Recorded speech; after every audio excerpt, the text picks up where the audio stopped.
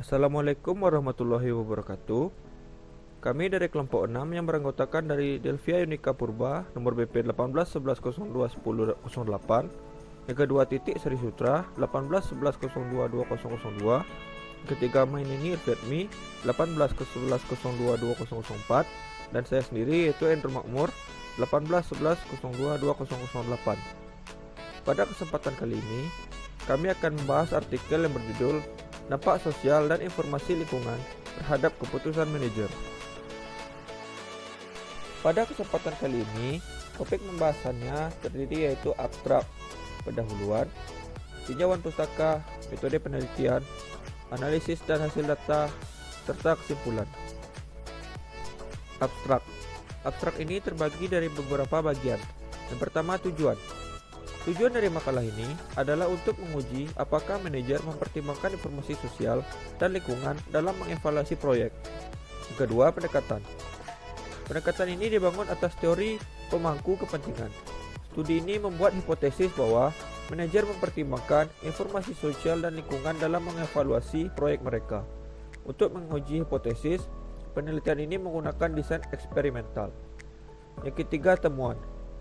Menemukan bukti bahwa manajer mempertimbangkan informasi sosial dan lingkungan dalam mengevaluasi proyek mereka. Yang keempat, batasan atau implikasi penelitian. Studi ini menemukan bahwa informasi sosial dan lingkungan relevan untuk pengambilan keputusan manajerial, khususnya dalam evaluasi proyek. Yang kelima, implikasi praktis.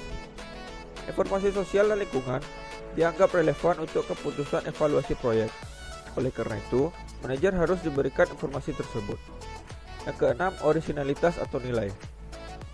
Untuk pengetahuan terbaik, ini adalah studi akuntansi pertama yang meneliti pengaruh informasi sosial dan lingkungan terhadap keputusan manajer, khususnya dalam konteks Asia menggunakan pendekatan eksperimental.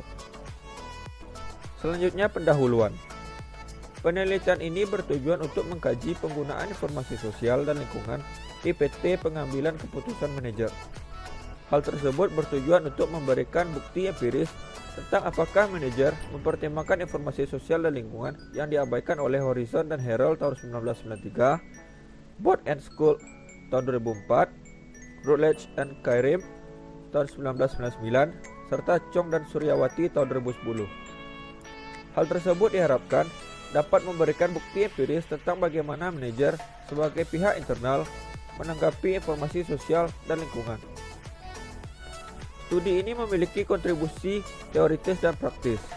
Dari perspektif teoritis, penelitian ini memberikan penjelasan bagaimana pihak internal perusahaan yaitu manajer menanggapi informasi lingkungan dan sosial. Secara praktis, ini penelitian dapat memberikan wawasan tentang pentingnya menyediakan akuntan manajemen informasi tentang masalah sosial dan lingkungan untuk evaluasi proyek manajer. Dembski dan Pelham tahun 1976 menjelaskan bahwa informasi akuntansi yang dalam hal ini adalah informasi sosial dan lingkungan mempengaruhi pengambilan keputusan manajerial dalam dua cara. Itu secara langsung sebagai masukan untuk keputusan, dan secara tidak langsung sebagai pengaruh terhadap perilaku manajer. Oleh karena itu, informasi sosial dan lingkungan dapat digunakan sebagai sumber informasi dan dapat menyebabkan perilaku manajer menjadi lebih bertanggung jawab serta secara sosial pada saat yang bersamaan. Selanjutnya yaitu tinjauan pustaka dan perumusan hipotesis. Yang pertama, manajemen proyek dan informasi akuntansi.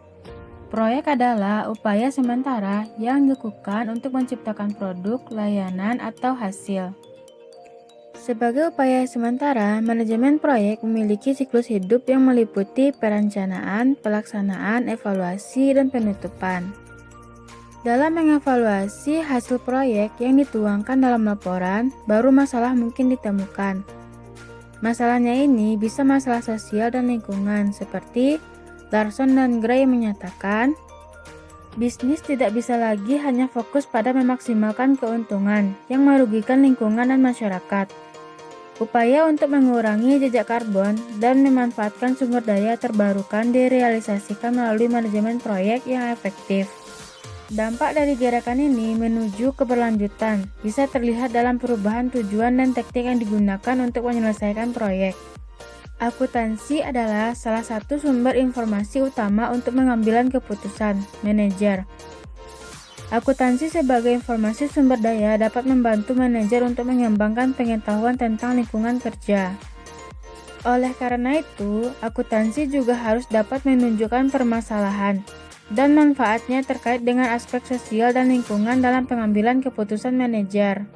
Munculnya isu sosial dan lingkungan mendorong pembangunan akuntansi untuk mempertimbangkan lebih dari aspek ekonomi. Perkembangan ini telah memberi naik ke akuntansi lingkungan, yang menekankan pada dampak lingkungan yang meluas ke aspek sosial. Akuntansi sosial dan dampak lingkungan yang sering disebut dengan nama lain seperti lingkungan akuntansi manajemen yang hanya menitik beratkan pada aspek lingkungan, diantaranya ekokontrol dan biaya lingkungan. Akuntansi sosial yang berfokus pada aspek sosial dan akuntansi lingkungan. Tanggung jawab sosial perusahaan akuntansi garis bawah 3, dan akuntansi keberlanjutan yang menggabungkan sosial dan aspek lingkungan. Berbagai penelitian menggunakan informasi akuntansi dalam evaluasi proyek, menunjukkan hanya aspek ekonomi yang dipertimbangkan. Sementara itu, penelitian tentang informasi akuntansi sosial dan lingkungan hanya berfokus pada menilai penggunaan informasi ini oleh pihak eksternal, seperti yang telah ditujukan oleh Guldry dan Patten 2010, Richardson dan Holm, Murray et al., Hassel DKK, Altuer et al., Milne and Patten, Chan dan Milne, Theo and Xu, Anderson and Frankel, Ingram, Hendrik, Belkau. Namun, menurut pengetahuan terbaik kami, tidak satupun dari mereka yang memilikinya secara eksperimental meneliti pengaruh informasi sosial dan lingkungan pada proyek keputusan evaluasi, khususnya dalam konteks Asia. Yang kedua yaitu teori pemangku kepentingan. Robert Everman adalah pelopor dalam pendekatan pemangku kepentingan perusahaan dengan sebuah buku yang berjudul Strategic Management: A Stakeholder Approach, diterbitkan tahun 1984. Ide utama dari teori ini adalah kebutuhan organisasi untuk mengelola hubungan dengan kelompok pemangku kepentingan. Kelompok atau individu yang dapat mempengaruhi atau dipengaruhi oleh pencapaian tujuan perusahaan. Jones dan Wicks berpendapat bahwa premis penting dari teori pemangku kepentingan adalah, yang pertama, korporasi memiliki hubungan dengan banyak kelompok konstituen atau pemangku kepentingan yang mempengaruhi dan dipengaruhi oleh keputusannya. Yang kedua, teori berkaitan dengan sifat hubungan ini dalam pengertian keduanya, proses dan hasil untuk perusahaan dan pemangku kepentingannya. Yang kedua, teori berkaitan dengan sifat hubungan ini dalam pengertian keduanya, proses dan hasil untuk perusahaan dan pemangku kepentingannya. Yang ketiga, kepentingan semua yang sah pemangku kepentingan memiliki nilai intrinsik dan tidak ada himpunan kepentingan diasumsikan mendominasi yang lain. Yang keempat, teori berfokus pada pengambilan keputusan manajerial. Rumusan hipotesis. Teori pemangku kepentingan adalah teori manajemen dan etika organisasi. Oleh karena itu, teori pemangku kepentingan menjelaskan keputusan manajemen berdasarkan prinsip dan nilai manajemen organisasi, terutama dalam pengambilan keputusan melibatkan banyak pemangku kepentingan. Teori kepentingan konvergen mewakili itu prinsip dan nilai manajemen organisasi. Salah satu faktor yang mempengaruhi penggunaan informasi untuk mengembangkan pengetahuan tentang lingkungan kerja adalah keanekaragaman informasi.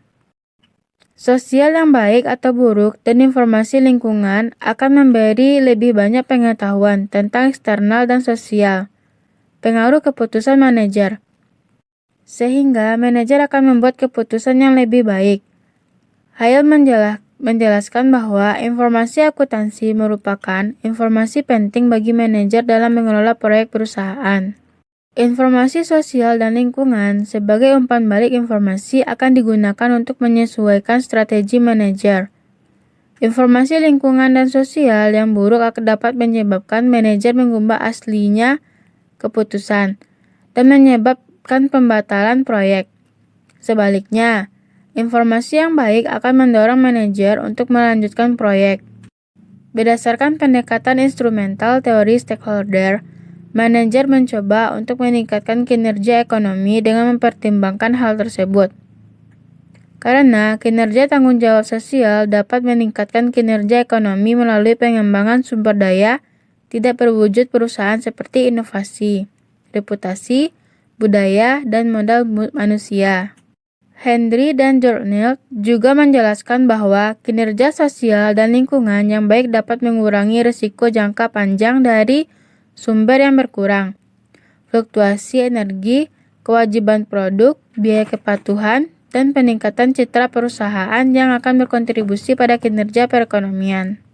Berdasarkan teori pemangku kepentingan konvergen, manajer menggunakan sosial dan lingkungan informasi untuk menjaga kontrak mereka dengan pihak sosial dan lingkungan. Para manajer tugasnya adalah untuk mempertahankan dukungan pemangku kepentingan dengan menyeimbangkan kepentingan mereka. Dengan mempertimbangkan informasi mengenai tindakan manajerial dan masalah lingkungan, manajer dapat meningkatkan kontrak dan akhirnya ekonomi kinerja.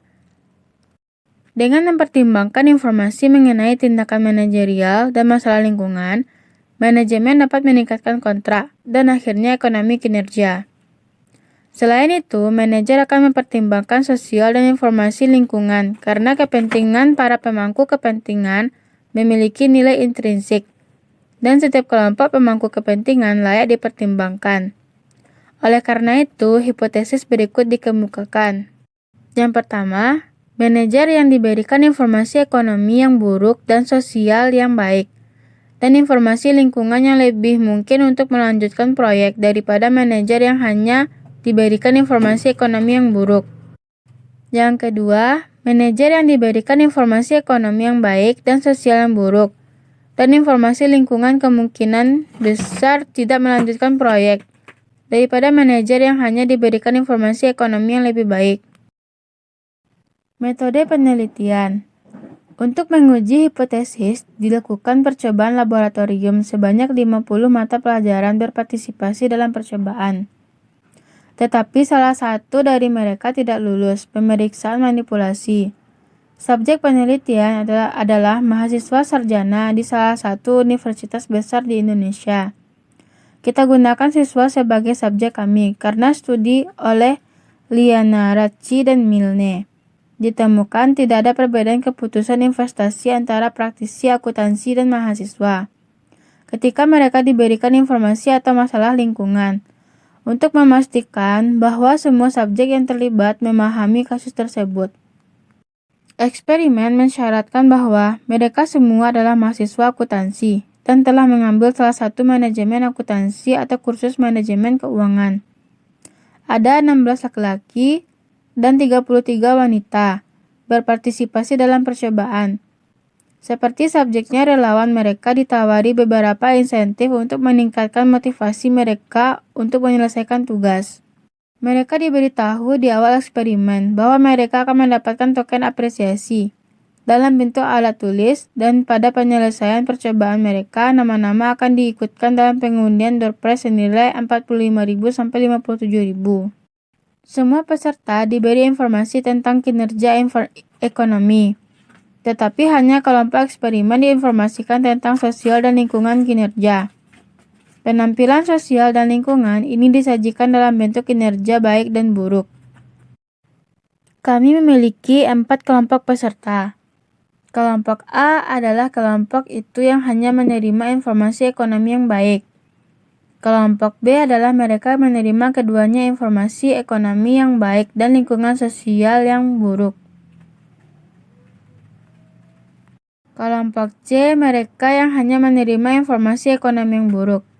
Dan grup D adalah mereka menerima baik informasi ekonomi yang buruk maupun informasi sosial dan lingkungan yang baik. Baiklah, selanjutnya saya akan menjelaskan yaitu tentang prosedur percobaan dan materi kasus. Dalam tugas eksperimental kami, semua peserta diberi instruksi untuk bertindak sebagai manajer investasi suatu perusahaan. 4 tahun yang lalu, perusahaan berinvestasi dalam sebuah proyek senilai 10 miliar, sekitar 1 juta US dollar, dengan perkiraan umur 7 tahun. Kini, para peserta sebagai manajer investasi harus memutuskan apakah proyek tersebut harus dilanjutkan atau dihentikan, karena adanya informasi tentang kinerja sosial dan lingkungan proyek.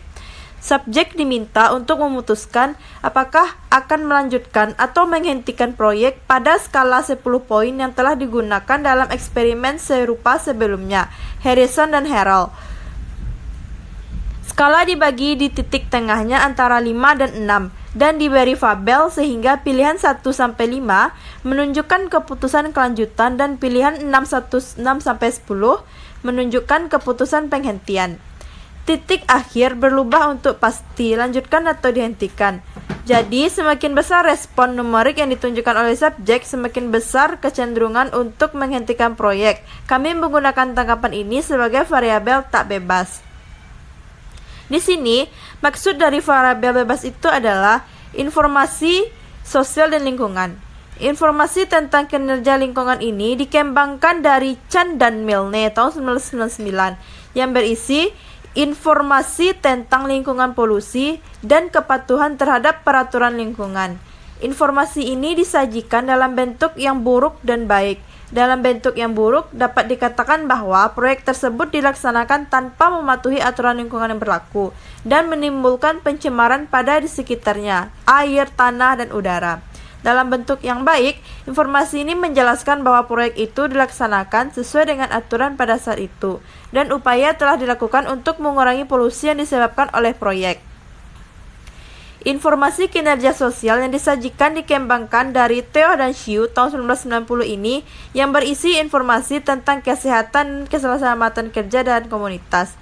Informasi ini juga disajikan dalam bentuk yang baik dan buruk. Dalam bentuk buruk, informasi menunjukkan bahwa sejak dimulainya proyek, tidak ada upaya yang dibuat untuk memastikan kesehatan dan keselamatan kerja. Begitu banyak masalah kesehatan dan keselamatan muncul. Mengenai masyarakat yang terkena dampak proyek, informasi menunjukkan bahwa proyek belum melibatkan diri dalam kegiatan kemasyarakatan, sehingga masyarakat setempat mengeluh tentang keberadaan proyek. Dalam bentuk yang baik, informasi tersebut memberitahu subjeknya bahwa proyek telah berusaha untuk mencegah dan memecahkan masalah kesehatan dan keselamatan itu muncul, dan masyarakat mendukung keberadaan proyek tersebut. Selanjutnya, analisis dan hasil data. Yang pertama, tes statistik. Analisis varian atau ANOVA menggunakan perbandingan terencana melalui analisis kontras teknik atau Carlinger and Lee tahun 2000. Dilakukan untuk menguji hipotesis. Analisis dilakukan dengan membandingkan kelompok kontrol dengan kelompok eksperimen.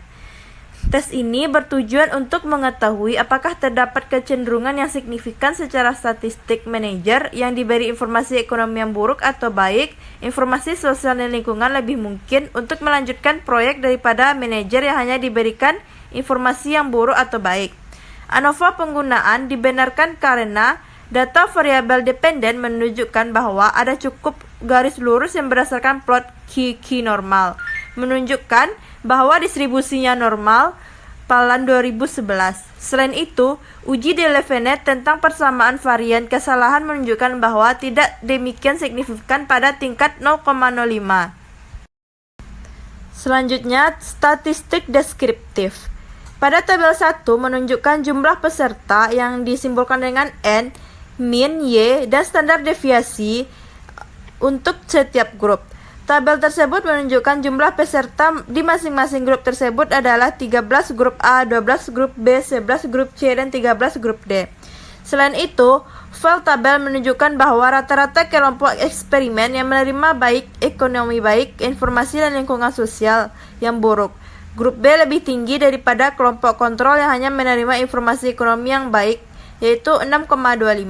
Standar deviasinya seperempat itu 2,18 untuk grup B dan 3,78 standar deviasi seperempat 2,74 untuk grup A.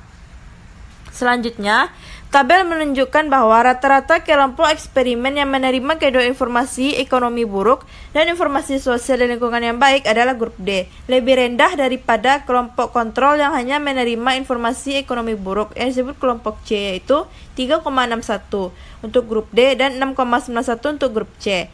Secara keseluruhan, tabel menunjukkan bahwa rata-rata tertinggi dimiliki oleh grup C dan yang terendah dimiliki grup D. Hasil penelitian menunjukkan bahwa subjek dapat mempertimbangkan informasi sosial dan lingkungan lebih penting daripada informasi ekonomi.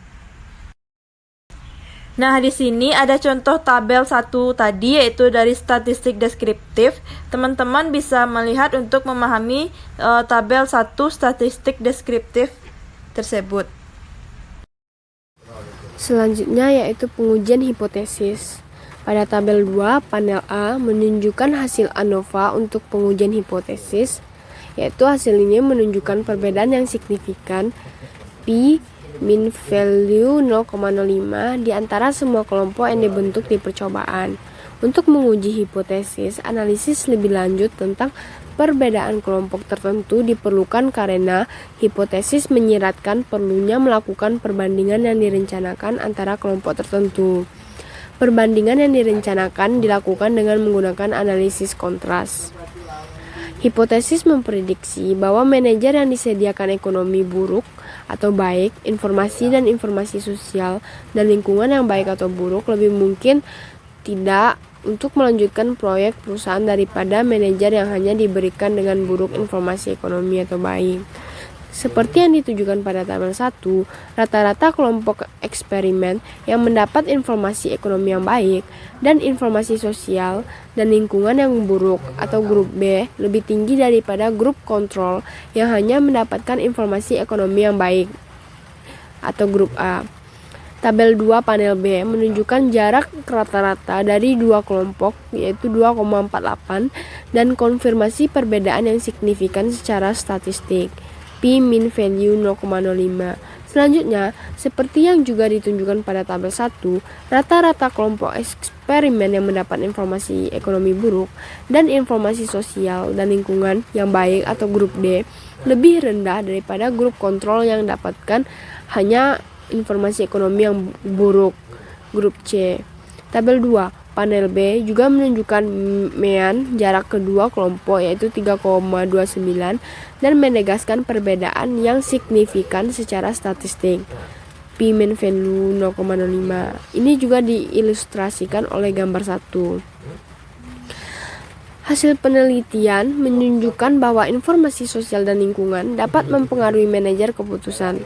Secara khusus, temuan kami menunjukkan bahwa meskipun manajer proyek berpengalaman manfaat ekonomi atau kinerja ekonomi yang baik, jika mereka terlihat dampak buruk dari proyek tersebut, masyarakat dan lingkungan, atau karena mereka disediakan masyarakat dan lingkungan yang buruk informasi, mereka akan menghentikan proyek. Dengan kata lain, H1 yang menyatakan manajer yang diberi informasi ekonomi yang buruk dan sosial lingkungan yang baik informasi lebih mungkin untuk melanjutkan proyek daripada manajer yang disediakan hanya informasi ekonomi yang buruk yang didukung. Selain itu, H2 yang menyatakan manajer yang diberi informasi ekonomi yang baik dan sosial dan lingkungan yang buruk informasi lebih mungkin untuk tidak melanjutkan proyek daripada manajer yang disediakan dengan hanya informasi ekonomi yang baik juga didukung. Selanjutnya, diskusi dan kesimpulan. Tujuan dari penelitian ini adalah untuk mengkaji pemanfaatan sosial dan lingkungan informasi dalam pengambilan keputusan manajer. Berdasarkan teori stakeholder, ini mempelajari hipotesis bahwa manajer sebagai pihak internal akan mempertimbangkan sosial dan informasi lingkungan ketika informasi itu ada dalam keputusan manajer proses pembuatan. Menggunakan metode eksperimen dengan 49 siswa sebagai subjek hipotesis didukung oleh hasil. Studi menemukan perbedaan yang signifikan antara kelompok yang menerima ekonomi, informasi sosial, dan lingkungan, serta kelompok yang hanya menerima informasi informasi. Rata kelompok eksperimen yang diberikan keduanya baik informasi ekonomi dan informasi sosial dan lingkungan yang buruk lebih tinggi dari kelompok kontrol yang hanya diberikan informasi ekonomi yang baik. Sebaliknya, bahwa kelompok eksperimen yang diberikan informasi ekonomi yang buruk dan informasi sosial dan lingkungan yang baik lebih rendah daripada kelompok kontrol yang hanya diberikan informasi ekonomi yang buruk. Oleh karena itu, hipotesisnya adalah didukung oleh data kami. Selanjutnya, kami menganalisis jika hasil kami dipengaruhi oleh jenis kelamin kami peserta. Hasilnya, bagaimanapun tidak menunjukkan pengaruh yang signifikan dari jenis kelamin pada manajer keputusan. Oleh karena itu, dapat disimpulkan bahwa dalam penelitian kami, jenis kelamin tidak menjadi masalah. Selain itu, penelitian ini memberikan bukti empiris dan bagaimana manajer membuat keputusan dalam kasus yang melibatkan banyak pemangku kepentingan. Studi ini juga memberikan empiris bukti yang belum dimasukkan dalam penelitian sebelumnya tentang bagaimana pihak internal tersebut, yaitu manajer, menggunakan informasi sosial dan lingkungan. Saat ini hanya bukti empiris menunjukkan bagaimana pihak eksternal menggunakan informasi sosial dan lingkungan. Sekian video dari kami. Apabila ada kesalahan mohon dimaafkan. Wabillahi taufiq walhidayah. Wassalamualaikum warahmatullahi wabarakatuh.